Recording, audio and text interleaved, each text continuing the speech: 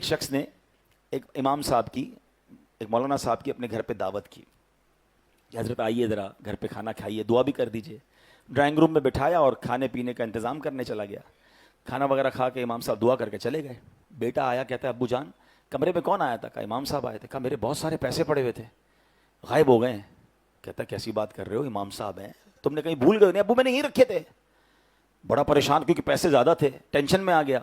ابو کو سمجھایا، ابو کہ میں تو امام صاحب سے بات نہیں کروں گا، اتنی نیک شخصیت ہے، کوئی امام صاحب چوری کرنے تھوڑی آئے تھے، تم نے کہیں رکھ دیا ہوگا۔ کہتا نہیں ابو یہی رکھے تھے۔ بہرحال دل میں اس نے رکھی بات، پیسے زیادہ تھے، یاد تھے اس کو۔ 6 مہینے، سال بعد، 1 سال بعد پھر انہوں نے امام صاحب کی دعوت کی۔ بچہ تو بچہ ہی ہوتا ہے، اس کو اپنے پیسے یاد تھے، ابو کو دعوت یاد تھی، بچے کو پیسے یاد تھے۔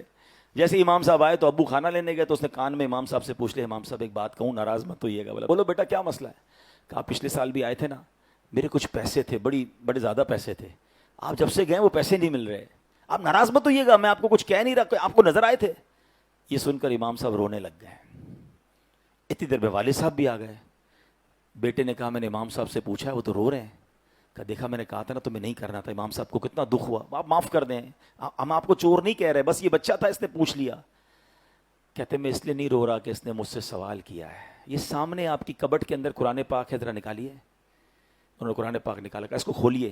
وہ جلدان کے اندر لپٹا ہوا تھا، اس کو کھولا تو سارے پیسے اس کے اندر پڑے تھے۔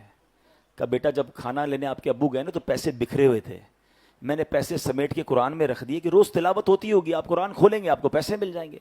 میں رو اس لیے رہا ہوں کہ پورا سال ہو گیا ہے آپ کے گھر میں قرآن نہیں کھلا ہے۔ سچ بتاؤ یہ حال نہیں ہے ہمارا؟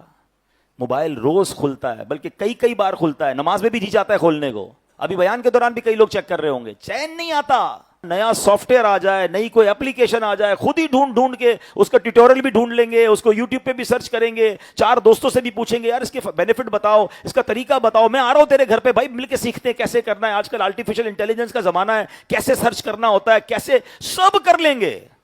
قرآن کے بارے میں یار ابھی تو واقعی مشکل ہے، اب تو کیسے پڑھیں؟ یعنی جس کو نہیں کرنا نا، ایک جملہ یاد کر لیں، امیر علیہ سنت کا بڑا تاریخی جملہ ہے۔